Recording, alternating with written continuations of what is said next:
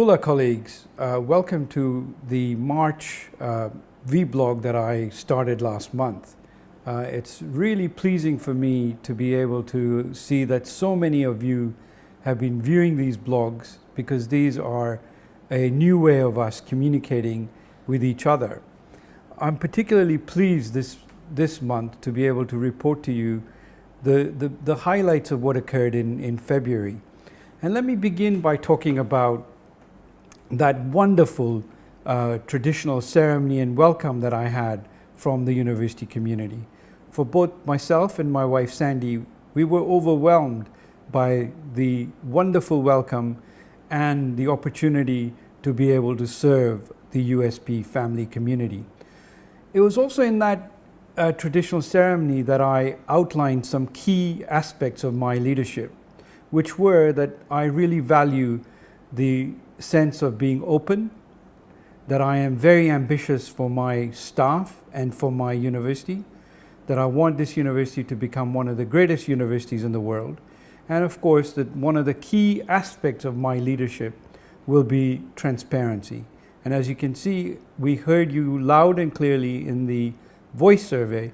These video recordings are an attempt to communicate better so that you understand what is happening in your university.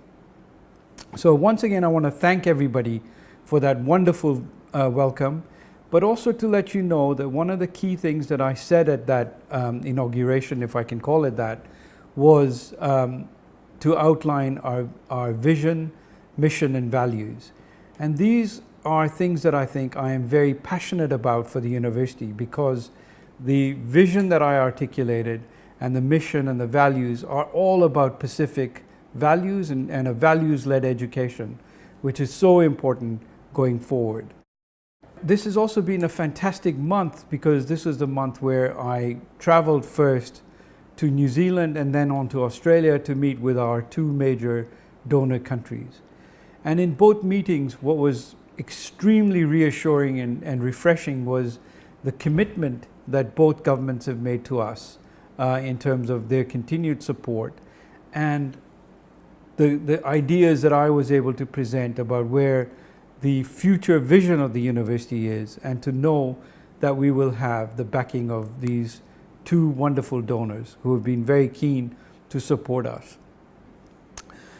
And on that front, I'm also pleased to announce that we did secure with New Zealand an extension for our core funding of nearly 5.15 million New Zealand dollars, as well as another $100,000 for new initiatives.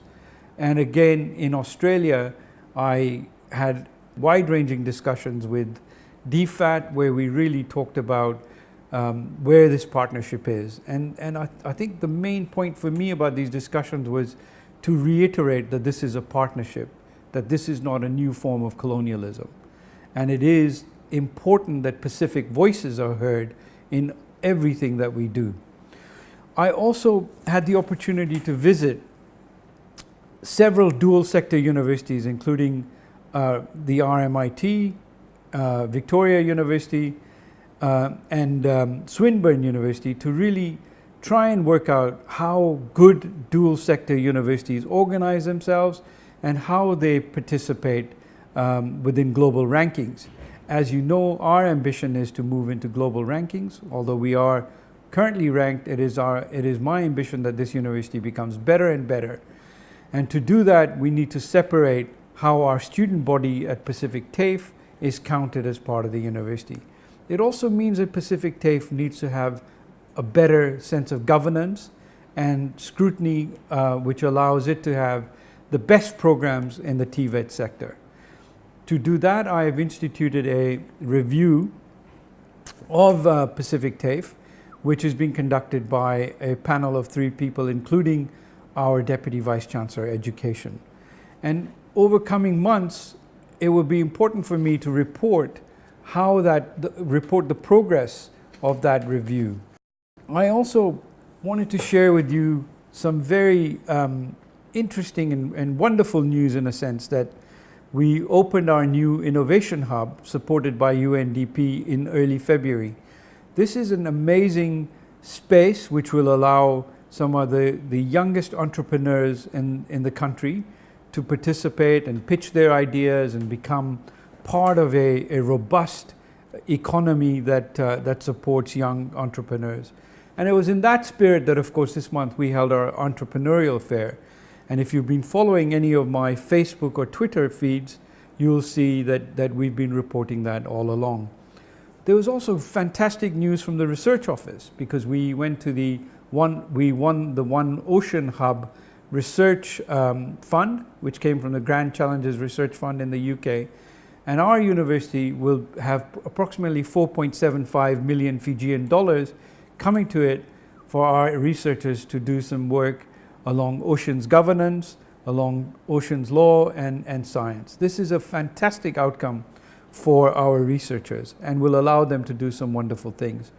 We also signed a very important MOU with Fiji's Ministry of Women, Children and Poverty to fight or to combat poverty and to conduct research particularly on violence against children in Fiji.